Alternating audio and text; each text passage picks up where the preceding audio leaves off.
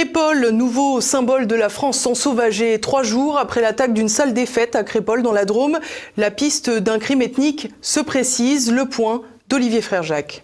On est là pour planter des blancs. C'est l'un des témoignages qui ressort après l'attaque qui a eu cours dans la nuit de samedi à dimanche dans la Drôme, dans le village de Crépol. Parmi les personnes présentes sur place, une autre affirme à propos des agresseurs qu'ils plantaient des gens à l'aveugle.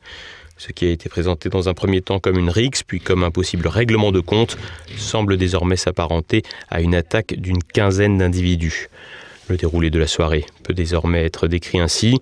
Vers 2h10 dimanche, le premier coup de couteau a été donné à un vigile alors qu'un bal organisé dans la salle des fêtes du village prenait fin. La cause de l'agression, l'agent de sécurité avait interdit à un petit groupe d'une quinzaine d'individus de rentrer. Des jeunes sortis de la salle sont venus prêter main forte au vigile agressé qui s'était fait trancher des doigts. Plusieurs personnes ont été frappées à coups de couteau, dont Thomas, 16 ans, qui mourra de ses blessures. Le bilan humain de l'attaque est d'un mort, 18 blessés, dont 5 à l'arme blanche. 2 jeunes ont été hospitalisés en urgence absolue, un âgé de 23 ans et l'autre de 28. Les vidéos de l'attaque montrent clairement de quel type de population il s'agit.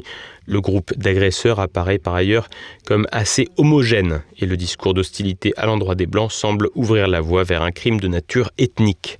Le maire du village, Martine Lagu, établit clairement qu'il s'agissait d'une bande venue pour tuer et que ces individus n'étaient pas venus pour s'amuser mais pour faire du mal.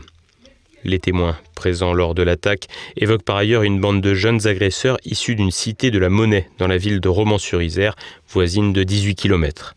Le procureur de la République de Valence, Laurent Dequeny, est plus réservé et relativise la logique de territoire qui pourrait exister derrière cette attaque. En outre, le magistrat affirme qu'il serait faux d'affirmer que le groupe hostile serait composé d'individus tous originaires de la même ville et du même quartier. L'origine territoriale pourrait ainsi être disparate, c'est bien la seule origine qui ici pourrait poser question. L'enquête ouverte pour homicide et tentative d'homicide en bande organisée a été confiée à la gendarmerie. Il y a 3 ans, une attaque au couteau avait fait 2 morts et 5 blessés à Romans-sur-Isère. À l'origine de l'attaque, un certain Abdallah Ahmed Osman qui avait bénéficié d'une expertise psychiatrique favorable. Côté réactions politiques et médiatiques, l'ensemble des partis de droite ont dénoncé ce crime, des Républicains au Rassemblement national en passant par Reconquête. À gauche, silence radio.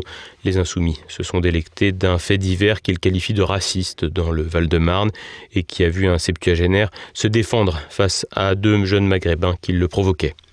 Le président de la commission des finances à l'Assemblée nationale, Éric Coquerel, a lui tenu à minimiser le drame de Crépol, le réduisant à un simple fait divers. Le ministre de l'Intérieur Gérald Darmanin a lui enfin pris la parole plus de 48 heures après les faits pour qualifier ceci d'ignoble et d'affirmer sa détermination à retrouver les auteurs de cet assassinat. Mercredi, une marche blanche est organisée à Romans-sur-Isère par la famille.